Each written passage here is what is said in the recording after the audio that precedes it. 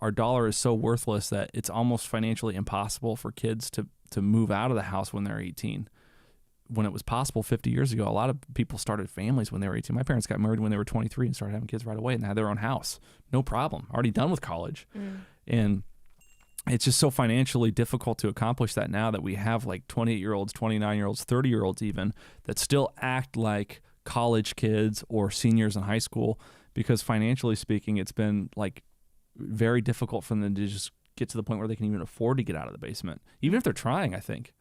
And I try not to make excuses to treat people as a culture as children when they aren't supposed to be, even though economically speaking, there's a lot of pressure for them to remain in a kind of childlike mindset.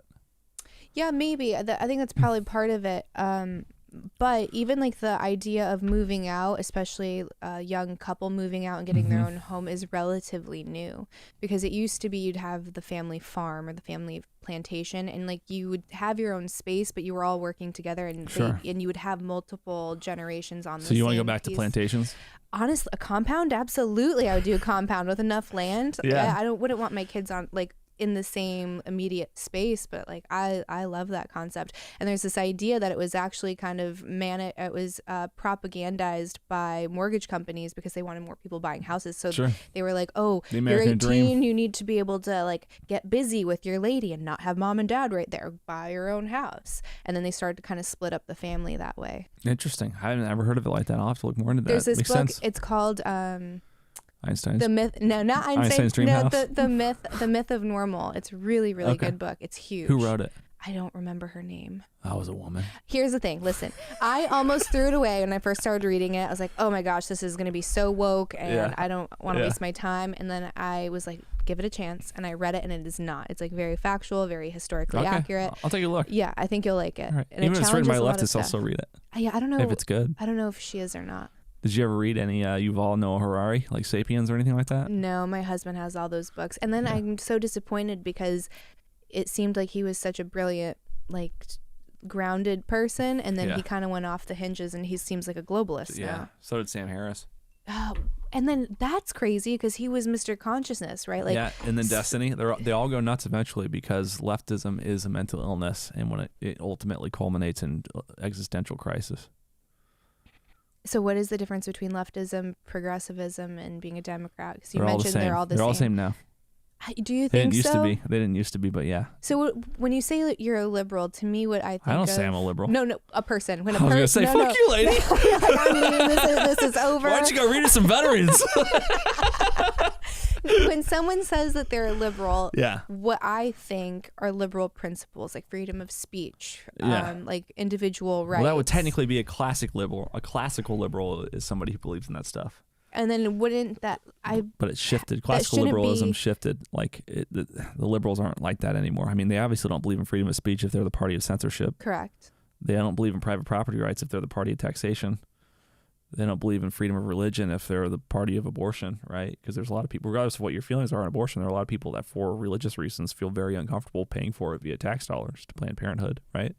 And so you're forcing people to pay the taxes into a system that does something to the unborn that is against their religion, right? Regardless of how you feel, like that alone, they should be exempt from that tax at least, right? So I didn't know that Planned Parenthood was funded by tax dollars. I think it gets federal money. I'll have to double check. That's crazy. Yeah, the fact that you didn't know that is making me second guess it, but I would have been like 99% sure otherwise. So I'll have to double check. But yeah, I'm almost positive. Wow. Yeah, I think it was initially created for the purpose of reducing the population growth in black communities. Well, yeah, Margaret Singer, right? Yeah, I think so. Yeah. But I'll have to look more into it. I do believe they get tax dollars. I could be wrong about that. That would not be okay. Yeah. You can't fund that. You can't have people forced to pay that. Have you seen, what's your take on IVF? There's the guy that's running, I don't even know his name. He's Kamala's VP. Oh, Tim Walz? Yeah, and I'm just glad she chose a German instead of a Jew. I'm just kidding. Yeah, he had some clips going around, and he's trying to relate to the common person, which I think is hysterical, given that he allowed all of the everyday people to have their businesses Burned down. destroyed. Yeah. But now you're trying to be relatable. Yeah. But one of his talking points was on IVF, and he's said like, mind your own damn business. And he's trying to be all tough and say that that should be completely unrestricted.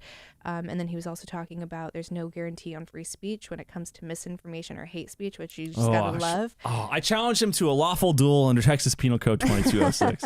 I want to fist fight Tim Walz if he's such a tough guy. I don't have a problem with IVF. No.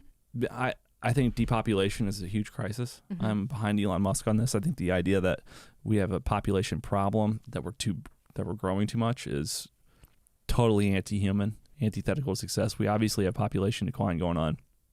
And so I understand that people have religious qualms with IVF. Mm-hmm.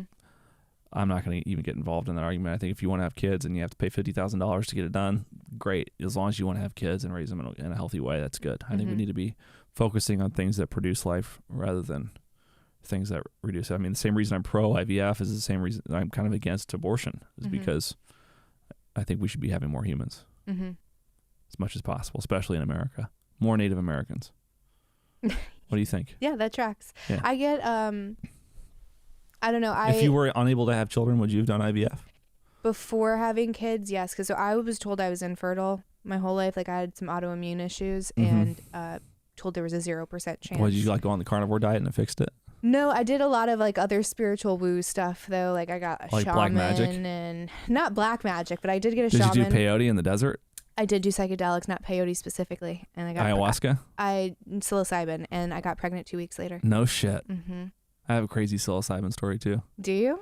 Yeah. I wouldn't have guessed. Why? I don't know. You should know this shit if you've done it. We should be tapped into the same plane. Maybe, yeah. But that's probably why you're here. I saw a symbol drawn on the wall, and I didn't know what it was, and I Googled it the next day, and it was a Zoroastrian symbol, a spirit guide. Whoa. Yeah, it was a trip. Yeah, so I don't think... What did you see? Oh my gosh. Oh, it gets crazy. The first time I did it, not a lot. I feel like it was more somatic, my experience. And yeah, then, me too. And then I did it again, and I think a certain level of surrender needs to happen for you to have access to different things. I saw these like little creatures. Did they wear like the clown face? No, they were definitely not good. They were really scaly. They kind of looked like a little dragony kind of, but they were like that big, and one had red eyes, one had yellow eyes. You didn't like them? I didn't like them. I knew they weren't good, and they kept trying to like what looked like a force field around me, like a whole bunch of hexagons in a pattern, like a bubble, and they like a honeycomb shit. Yeah, and they were trying to like pierce through, and I was like, if you're not of the light, you have to leave. Like, if you're of darkness, you gotta get out of here. And I had like a spiritual teacher tell me that. So he's like, if you see an entity of any kind, you always have to say that, because you never know if it's good or bad, and they can be very mischievous. So you have to like make it very clear that if you are not of light energy, goodness, to leave and like cast them out of your space. So I saw them, and then later I saw this. It looked like a tribal ancient language just written everywhere. And I was like, I don't know what that means. I can't read it. And my husband's like, well, because you said that, now you can't read it. But if you went into it and you're like, I can read it, you might have been able to understand what it was saying. But I refuse to believe that it's simply just a hallucination and there's no meaning to it, because it's like, why does everyone see the same fractals or the same geometric shapes or the same language that they can't these things repeat across people, time, space, culture. What if it's really what if you translate it and it's literally just Joe Biden's inauguration speech? I'm so disappointed. Just Kamala, it's just like information that's passing in the ether.